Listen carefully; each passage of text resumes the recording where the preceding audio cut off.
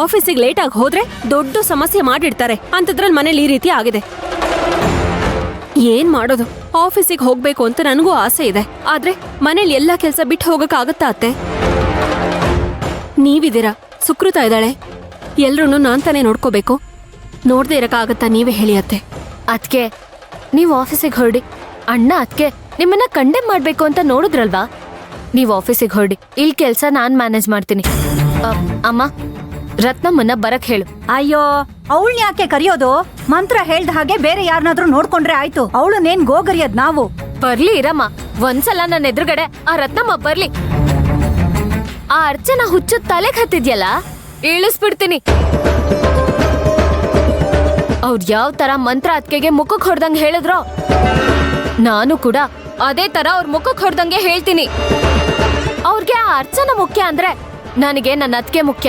ಹೌದು, ಬರ್ಲಿ ಇರಿ, ಮಾಡ್ತೀನಿ. ಹೋಗ್ಲಿ ಬಿಡು ಸುಕೃತ, ಸುಮ್ನೆ ಯಾಕೆ ವಿಷಯ ದೊಡ್ಡದ್ ಮಾಡ್ತೀಯ? ಅವ್ರು ದೊಡ್ಡವರು ಒಂದ್ 4 ಮಾತಾಡ್ತಾರೆ, ನಾವ್ ಅಡ್ಜಸ್ಟ್ ಮಾಡ್ಕೊಂಡು ಹೋಗ್ಬೇಕಲ್ವಾ? ನಾನು ಎಲ್ಲ ಕೆಲ್ಸ ಮುಗಿಸಿನೇ ಆಫೀಸ್ಗೆ ಹೋಗ್ತೀನಿ. ಅದ್ಕೆ ನೀವ್ ಹೋಗಿ ರೆಡಿಯಾಗಿ. ಮಧ್ಯಾಹ್ನ 3 ಜನಕ್ಕೆ ಅಡ್ಗೆ ಆಗೋಷ್ಟು ನಾನ್ ಮಾಡ್ಕೋತೀನಿ. ನಿಮಗ್ ಬೇಕಾದ್ರೆ ಹೇಳಿ, ಕ್ಯಾರಿಯರ್ನ ಆಫೀಸಿಗೆ ಕಳಿಸ್ತೀನಿ. ಸುಮ್ನೆ ಯಾಕೆ ಇನ್ನೊಬ್ರ ಹತ್ರ ಮಾತ್ ಕೇಳ್ತೀರಾ? ನಿಮಗ್ ಯಾರಾದ್ರೂ ಏನಾದ್ರೂ ಅಂದ್ರೆ ನನಗ್ ನೋವಾಗುತ್ತೆ. ಥ್ಯಾಂಕ್ಸ್ ಸುಕೃತ. ಸದ್ಯ ನೀನಾದ್ರೂ ನನ್ನ ಪರಿಸ್ಥಿತಿನ ಅರ್ಥ ಮಾಡ್ಕೊಂಡಿಯಲ್ಲ. ಇದಕ್ಕೆಲ್ಲ ಯಾಕೆ ಥ್ಯಾಂಕ್ಸ್ ಅಂತ ಹೇಳ್ತೀರಾ? ಇನ್ಮೇಲೆ ಏನಾದ್ರೂ ಕೆಲ್ಸ ಇದ್ರೆ ನನಗ್ ಹೇಳಿ, ನಾನ್ ನೋಡ್ಕೋತೀನಿ. ಮೊದ್ಲು ಆಫೀಸಿಗೆ ಹೊರಡಿ. ಅತ್ತೆ, ನೀವು ಹ್ಞೂ ಅಂದ್ರೆ ನಾನು ಆಫೀಸ್ಗೆ ಹೋಗ್ತೀನಿ, ಇಲ್ಲ ಅಂದ್ರೆ ಇಲ್ಲ. ನೀನೇನು ಯೋಚನೆ ಮಾಡ್ಬೇಡ, ಹೋಗ್ಬಿಟ್ ಬಾ ಅಮ್ಮ. ಸರಿ, ತಿಂಡಿ ಮಾಡಿಟ್ಟಿದ್ದೀನಿ, ತಿಂಡಿ ಕೊಡು ಅತ್ತೆಗೆ. ಮಾತ್ರೆನೂ ಕೊಟ್ಬಿಡು. ಸರಿ. ಹಾ, ಅಮ್ಮ, ನನ್ಗೊಂದ್ ಕೆಲ್ಸ ಇದೆ. ಹಾ, ರತ್ನಮ್ಮಂಗೆ ಫೋನ್ ಮಾಡಿ ಕರ್ಸಿ. ಸರಿ. ಆಹಾ, ಈ ರತ್ನಮ್ಮ ಇಷ್ಟೆಲ್ಲ ಮಾತಾಡ್ತಾಳ? ಮಂತ್ರನ ಏನ್ ಅನ್ಕೊಂಡ್ಬಿಟ್ಟಿದ್ದಾಳ ಅವಳು? ಮನೆಗ್ ಬರ್ಲಿ ಇವತ್ತವಳು, ಮಾಡ್ತೀನಿ.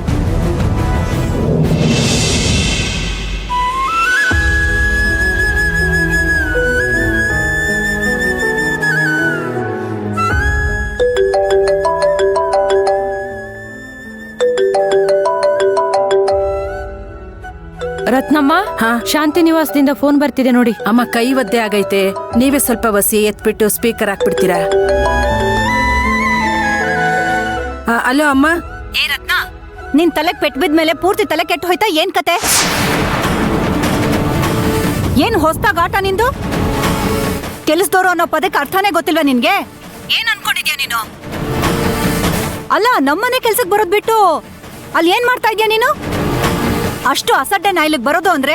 ಹಂಗಲ್ಲ ಕಡಮ್ಮ, ಇಲ್ಲಿ ವೀರಣ್ಣವ್ರ ಮೇಲೆ ಕೆಲ್ಸ. ನೋಡು, ನೀನು ವೀರಣ್ಣನ ಮನೆ ಕೆಲ್ಸಕ್ಕೆ ಹೋಗೋದು ತಪ್ಪು ಅಂತ ನಾನು ಹೇಳ್ತಾ ಇಲ್ಲ. ಅಲ್ಲ, ಮೊದ್ಲಿಂದ ನಮ್ಮನೇಲಿ ಕೆಲಸ ಮಾಡ್ತಿದ್ಯಲ್ಲ, ಇದನ್ನೇ ಮರ್ತು ಬಿಡೋದಾ? ನಾವು ದುಡ್ಡು ಕೊಡಲ್ವಾ? ಆ ಮನೆಯವ್ರು ಮಾತ್ರ ದುಡ್ಡು ಕೊಡ್ತಾರ ನಿನ್ಗೆ? ಆ ಅರ್ಚನಾ ಬಂದ್ಲು ಅಂದ್ರೆ ನಾವ್ ಯಾರು ನಿನ್ ಕಣ್ಣಿಗೆ ಕಾಣಿಸಲ್ಲ ಅಲ್ವಾ? ನಿನ್ನ ಕಷ್ಟ ಸುಖ ಕಾಯಿಲೆಗೆ ಅದಕ್ಕೆಲ್ಲ ನಾವು ಬೇಕು. ಈಗ ನಮ್ಮನೆ ಮರ್ತು ಹೋಯ್ತಾ ನಿನ್ಗೆ? ಇದೇನ್ ನ್ಯಾಯನೇ? ಮನೇಲಿ ಪಾತ್ರೆಗಳೆಲ್ಲ ಹಾಗೆ ಬಿದ್ದಿದೆ, ಅಡ್ಗೆ ಕೆಲ್ಸ ಬಿದ್ದಿದೆ. ಏನ್ ಹುಡುಗಾಟ ಆಡ್ತಾ ಇದ್ಯಾ ನೀನು? ಯಾರು ಮಾಡ್ತಾ ಇದ್ದನೆಲ್ಲ? ಅಮ್ಮ, ಈಗ ಬಂದ್ಬಿಡ್ತೀನಿ ಕಡಮ್ಮ, ಇನ್ನೊಂದ್ 5 ನಿಮಿಷ ನೋಡ್ತಾ ಇರಿ, ಬಂದೆ. ಇದನ್ ಮಾತ್ರ ಚೆನ್ನಾಗ್ ಮಾತಾಡ್ತೀಯ. ಬರ್ಲಿಲ್ಲ ಅಂದ್ರೆ ಅಷ್ಟೇ. ಸರಿ ಸರಿ. ಬಾ. ಏನಪ್ಪ ಇವಳು ಗೋಳು, ಇತ್ತೀಚೆಗೆ ಯಾಕೋ ತುಂಬಾ ಜಾಸ್ತಿ ಆಗೋಯ್ತು ಇವಳು ಅವತಾರ. ಅವ್ರ ಹಂಗೆ ಸ್ವಲ್ಪ ಅವಾಗವಾಗ. ಅಲ್ಲ ರತ್ನಮ್ಮ, ನೀವು ಮೈಗೆ ಹುಷಾರಿಲ್ಲ ಅಂತ ಹೇಳ್ತಿದ್ದೀರಾ, ಆದ್ರೂ ಈ ತರ ಮಾತಾಡ್ತಿದಾರಲ್ಲ ಅವರು? ಅದ್ ನಾನು ಹುಷಾರಾಗಿದ್ದೀನಿ ಕಣ್ರಮ್ಮ, ಅಂಥದ್ದೇನಾಗಿಲ್ಲ.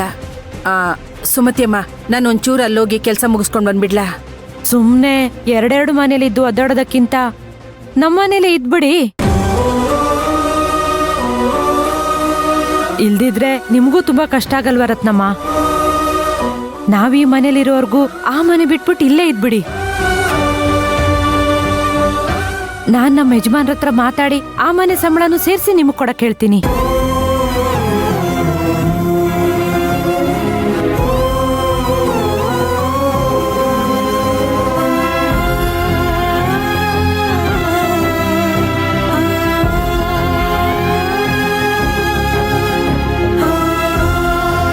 ಇಲ್ಲ ಕಣ್ರಮ್ಮ, ನೀವೆಷ್ಟೇ ಕೊಟ್ರು ಯಾವುದೇ ಕಾರಣಕ್ಕೂ ಶಾಂತಿ ನಿವಾಸದ ಮನೆ ಬಿಡಕ್ಕಿಲ್ಲ.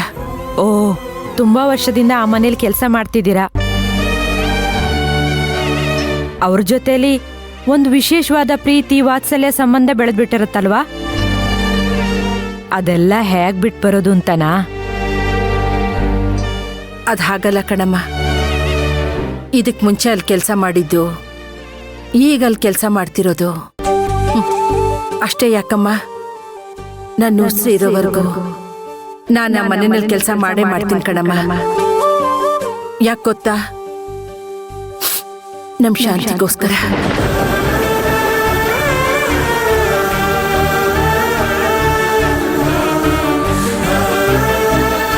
ಆ ಒಂದೇ ಒಂದು ಜೀವಕ್ಕೋಸ್ಕರ ಆ ಮನೆಯಲ್ಲಿ ಇಷ್ಟು ದಿವಸ ಇದ್ದೀನಿ, ಇನ್ಮೇಲೂ ಇರ್ತೀನಿ.